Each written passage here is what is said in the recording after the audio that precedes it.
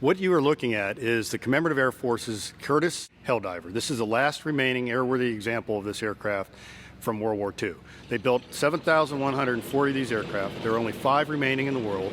This aircraft was developed to replace the Dauntless dive bomber with the greater carrying capability and armament. It could carry 2,000 pounds internal, 500 pounds each center section, 4 rockets each outer wing panel, and 2 forward-firing 20mm cannons. Flying any of the World War II Navy aircraft, particularly the Helldiver that participated in the War of the Pacific, what we're honoring is the fact that all those men and sailors and Marines that served with the United States during World War II were 5,000 miles from home, over blue water 99% of the time.